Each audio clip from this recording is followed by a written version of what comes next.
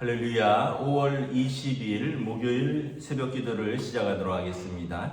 사도신경으로 우리의 신앙을 고백하시겠습니다. 나는 전능하신 아버지 하나님 천지의 창조주를 믿습니다. 나는 그의 유일하신 아들 우리 주 예수 그리스도를 믿습니다. 그는 성령으로 잉태되어 동정녀 마리아에게서 나시고 본디오 빌라도에게 고난을 받아 십자가에 못 박혀 죽으시고 장사된 지 사흘 만에 죽은 자 가운데서 다시 살아나셨으며 하늘에 오르시어 전능하신 아버지 하나님 우편에 앉아 계시다가 거기로부터 살아있는 자와 죽은 자를 심판하러 오십니다. 성령을 믿으며 거룩한 공교회와 성도의 교제와 죄를 용서받는 것과 몸의 부활과 영생을 믿습니다. 아멘. 찬송가 288장입니다. 찬송가 288장입니다.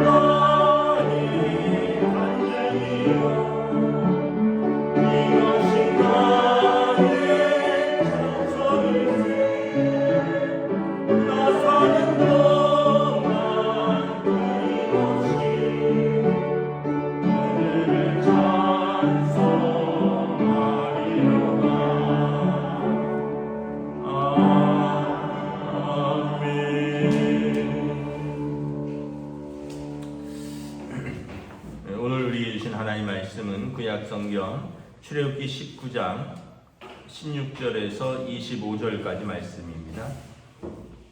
구약성경 출애굽기 19장 16절에서 25절까지 말씀입니다. 다 찾으신 줄 알고 저와 여러분들이 한 절씩 교독하겠습니다. 출애굽기 19장 16절에서 25절입니다. 셋째 날 아침에 우레와 번개와 빽빽한 구름이 산 위에 있고 나팔 소리가 매우 크게 들리니 진중에 있는 모든 백성이 다 떨더라. 모세가 하나님을 맞으려고 백성을 거느리고 진에서 나오매 그들이 산기슭에 서 있는데 시내산의 연기가 자욱하니 여호와께서 불 가운데서 거기 강림하심이라.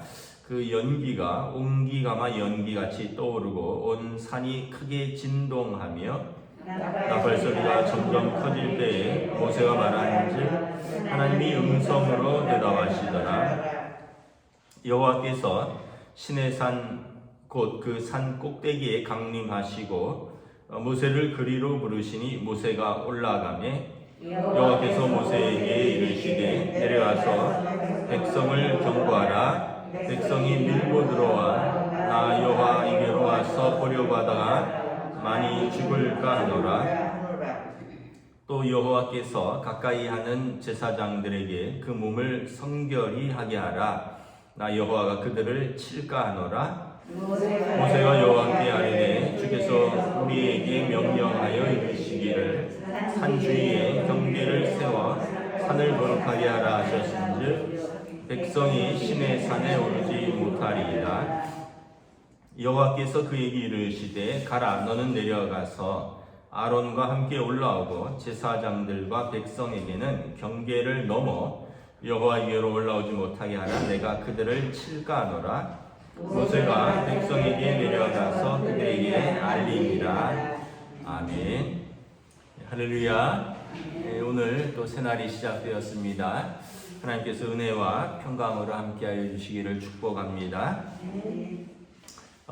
출애굽기 19장은 하나님께서 이스라엘과 계약을 맺으시는 내용입니다. 출애굽기 19장에서 하나님이 임재하시고 이스라엘과 이제 20장에서는 이제 계약을 맺으시는 십계명을 주시는 거죠. 그 상황을 묘사하고 있습니다.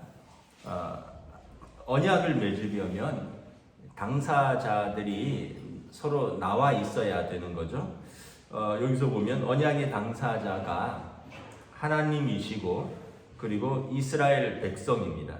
하나님이 임재하시는데 18절에 보면 시내산의 연기가 자욱하니 여호와께서 불 가운데서 거기 강림하심이라.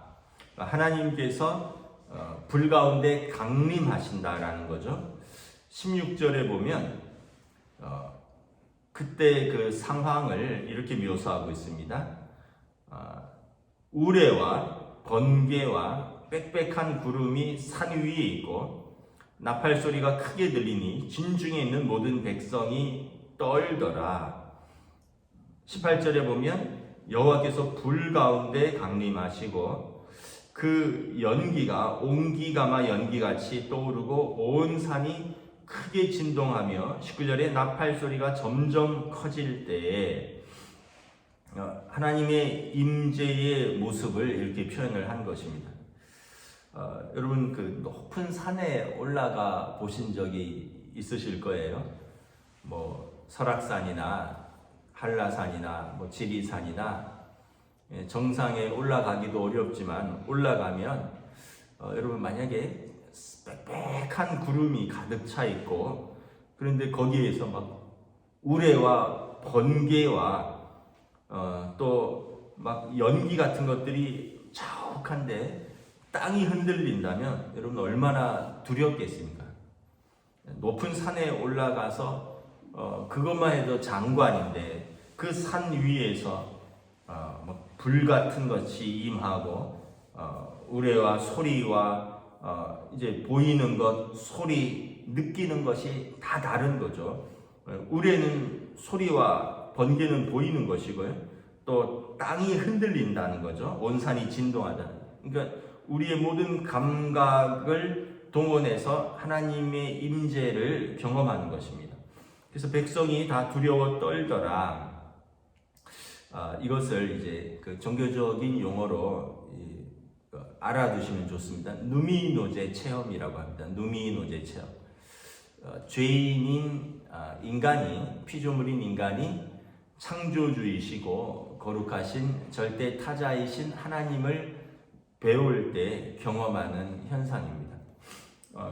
우리들도 여러분 기도하실 때 이런 걸 경험한 분들도 있을 거예요. 뭐 어떤 분들은 표현을 하기를 막 뜨거운 불덩어리 같은 것들이 나에게 쏟아졌다 이렇게 표현을 하기도 하고, 저는 뭐 중고등학교 때 뭐 한없이 울었던 기억이 있어요. 한없이 울었던. 지금 생각해 보면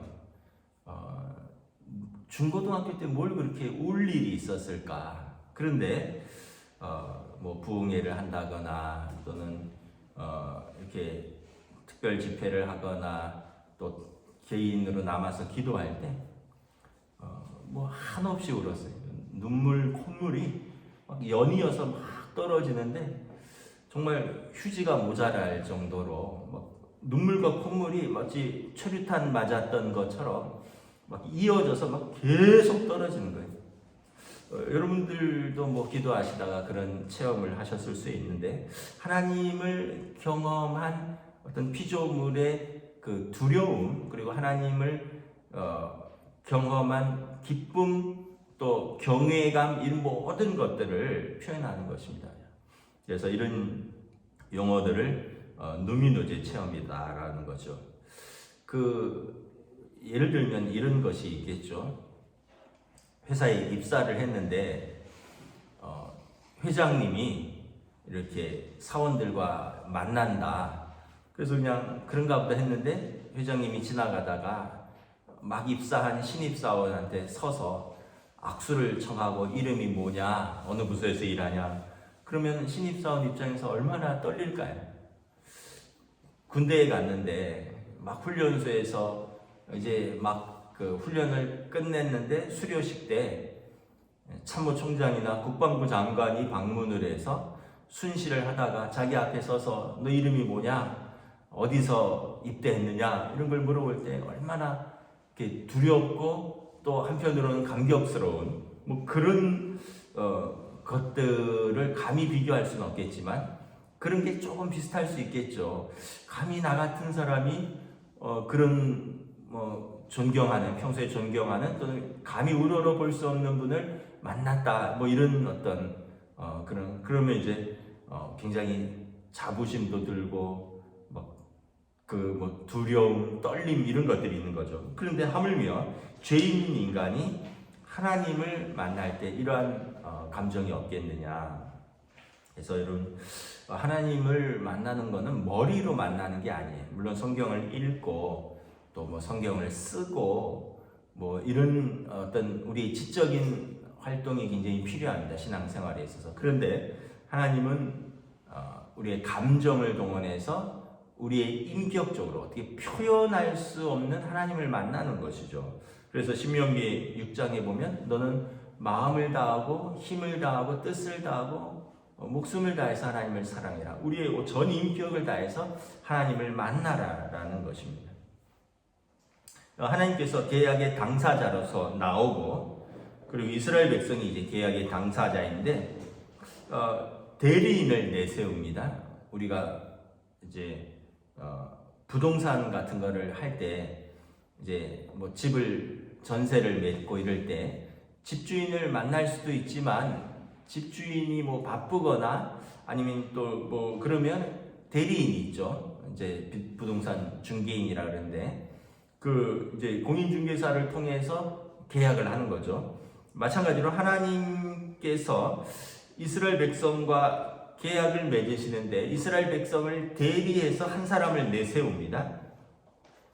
17절에 보면 그 사람이 모세죠. 모세가 하나님을 맞으려고 백성을 거느리고 나오는데 하나님께서 모세에게 이렇게 이야기를 하십니다. 21절에 백성에게 경고하라.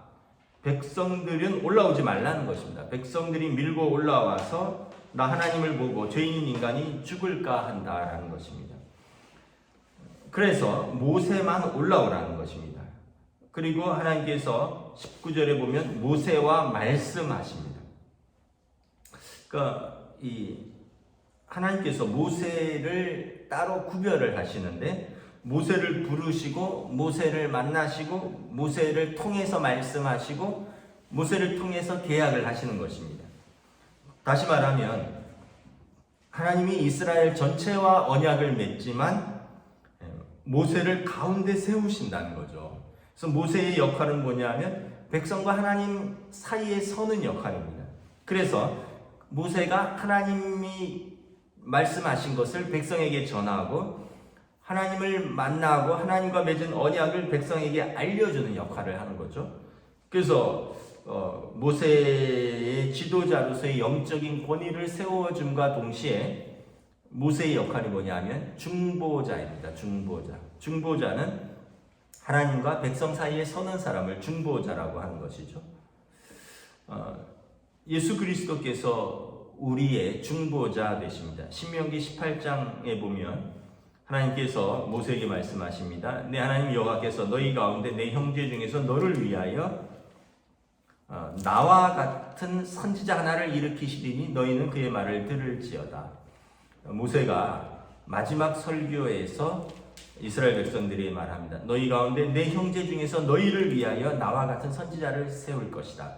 그러니까 하나님과 백성 사이에 서서 하나님의 뜻을 전하는 중보자를 일으키실 것이다. 예수 그리스도에 대한 예수 그리스도의 오심을 예언하는 것이죠. 그런데 정작 그 백성은 모세의 이 말씀은 기록했지만 예수님이 오시니까 예수님을 영접하지 않았죠. 여러분, 세상에 대한 우리의 사명이 무엇인가요? 무엇이냐면 하나님 앞에 서서 우리가 세상과 하나님을 우리가 중개하는 역할입니다. 제사장 나라라 그랬잖아요. 19장에서 보면 이스라엘 백성에게 열방이 내게 속하였으니 너희는 내게 속하였고 내게 제사장 나라가 되며 거룩한 백성이 되리라. 제사장 나라, 그러니까 제사장은 가운데 서는 사람이죠. 그러니까 믿는 자들이 우리가 하나님과 백성 사이에 서서 하나님의 뜻을 전하는 사람이 되어야 된다라는 것입니다. 이게 우리 역할인 것입니다. 22절부터 21절에도 백성들에게 경고하라는 거죠. 하나님께 밀고 들어오지 말라는 것입니다. 22절에 보면 백성들에게 제사장들이 있는데 제사장들은 그 몸을 성결하게 하라. 23절에 보면 이 산 주위에 경계를 세워서 산을 거룩하게 하고 백성이 신의 산에 오르지 못하게 하라. 24절에 보면 너는 내려가서 아론과 함께 올라오고 제사장과 백성들에게는 경계를 넘어 나 여호와께로 올라오지 못하게 하라. 경계를 세운다라는 것입니다. 경계를 세운다. 이유는 뭐냐 하면 첫째는 하나님이 거룩하심에 하나님의 그 성품, 하나님의 본질을 강조하는 것입니다. 하나님의 성품은 거룩하다라는 것입니다. 그래서 죄인 인간이 함부로 하나님께 나아갈 수 없다라는 것이죠. 그래서 하나님의 거룩하신 성품을 보여주는 것이고요. 두 번째는 뭐냐 하면 그러므로 너희도 거룩하라라는 것입니다. 22절에 보면 제사장들에게 그 몸을 성결하게 하라. 몸을 거룩하게 하라라는 거죠. 23절, 24절에 보면 너희가 산을 거룩하게 하라고 말합니다. 하나님 계신 그 산을, 그 장소를 거룩하게 하고 하나님 앞에 나오는 그 제사장들의 몸을 거룩하게 하고 그리고 하나님과 백성들에게는 경계를 넘어서 올라오지 말라라는 거죠. 다시 말하면 여러분 하나님의 거룩하신 성품을 강조하는 동시에 하나님의 성품을 너희도 닮아서 거룩하게 가라라는 것입니다. 그 이스라엘 백성들은 그래서 그 거룩함의 그 경계를 여러 가지로 구분을 했습니다. 몸에 할례를 표시를 해서 백성과 유대인과 이방인을 구분을 했습니다. 그 사람들은 날과 달과 절기를 구분해서 지킴으로 인해서 이방인과 자기들을 구분을 했습니다. 그 사람들은 하나님 앞에 제사를 통해서 이방인과 유대인을 구분을 했어요. 그래서 이것을 이제 하나님 앞에서 거룩하고 그리고 세상과 구별되는 자신들의 이스라엘의 표징으로 삼았습니다. 이것은 매우 중요하죠. 왜냐하면 자기 몸을 구별하는 것이고 날과 달과 절기, 자기 시간을 구분하는 것이고 제사, 예배를 통해서 하나님을 섬기는 구분을 하는 것이죠. 여러분 그 교회와 또 이 시대를 포스트 모던 사회라고 합니다. 무슨 포스트 모던 사회가 이제 후기 근대주의라는 뜻인데 근대 이후라는 뜻입니다. 근대 이후의 특징이 뭐냐 하면 경계의 파괴입니다. 경계의 파괴. 그러면서 이제 모든 경계들이 파괴되고 이제 교회의 또 경계가 파괴됩니다. 쉽게 말하면 교회의 세속화가 진행이 되는 것이죠. 그 교회와 세상이 구별이 없어지는 거예요. 그렇게 된다면 누가 하나님의 백성이고 누가 세상인지 알 수가 없다라는 것입니다. 그래서 유대인들은 그 형식적인 경계를 구분했습니다. 몸에 표시를 내고 날과 달과 절기를 지키고 또 그 돌판에 새긴 율법을 잘 지키고, 근데 바울 사도는 이 형식적인 거룩도 중요하다. 바리새인들의 그 거룩함을 그 어떤 바리새인들의 외식을 본받지 말고 그들이 말하는 것은 지켜라. 예수님이 말씀을 하시죠. 그러니까 바리새인들의 그 외식 형식적인 거룩함은 본받을 필요가 없다는 것입니다. 그러나 그들이 말하는 그 내용은 지켜야 된다는 것입니다. 그래서 우리 믿는 백성들이 하나님의 거룩하신 성품을 본받아서 하나님의 거룩한 영역을 지키는 파수꾼이 되어야 된다라는 것입니다. 그 세상이 우리를 통하여 우리의 거룩함을 보고 하나님이 어떤 분이신가를 알 수 있어야 된다라는 것입니다. 그래서 예수 그리스도께서 이제 바울 사도께서 예수님이 제자들 너희는 나를 본받는 자가 되라. 예수님께서 나를 본받는 자가 되라 이렇게 말씀을 하셨습니다. 또 바울 사도도 그러므로 너희는 사랑받는 자녀같이 너희는 하나님을 본받는 자가 되라. 하나님의 거룩하신 성품, 예수 그리스도의 그 사랑의 성품을 본받는 자가 되라는 것입니다. 그러면서 우리의 삶이 여러분 뭐 가족을 위해서 식사를 준비하고 직장에서 일을 하고 이 모든 것이 성도의 삶에서 거룩함을 보여주는 이 표시이면서 동시에 하나님께서 우리에게 맡겨주신 사역입니다. 교회에서 뭐 성가대가 찬양하고 목사가 설교를 전하는 것만 거룩한 사역이 아니라 여러분들의 삶의 자리에서 여러분들의 식구들을 위해서 살림을 살고 회사에 나와서 출근을 하고 이 모든 것이 하나님께서 여러분들에게 주신 사역인데 그 안에서 하나님의 거룩하신 성품과 하나님의 그 사랑을 드러내라는 것입니다. 그러면서 이제 에베소서 우리가 주일날 말씀 보고 있잖아요. 그리스도께서 너희를 사랑하신 것처럼 너희도 사랑 가운데 행하라. 그러면서 너희들의 입술에 음행과 온갖 더러운 것과 탐욕은 너희 중에서 그 이름조차도 부르지 말라. 이는 성도에게 마땅한 바니라. 누추함과 어리석은 말이나 희롱의 말이 마땅치 아니하다. 오히려 감사하는 말을 하라. 입술에 누추한 말은 성도는 여러분들이 생각할 때도 듣기에 누추한 말은 하지도 말라는 겁니다. 왜냐하면 너희는 거룩하다라는 거죠.